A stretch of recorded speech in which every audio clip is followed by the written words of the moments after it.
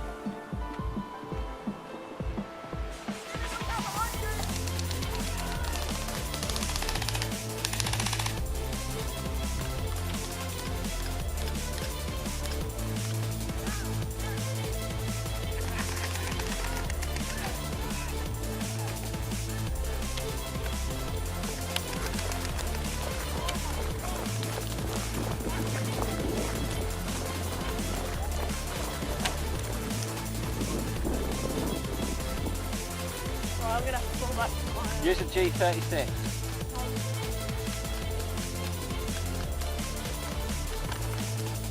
We're going for the tank.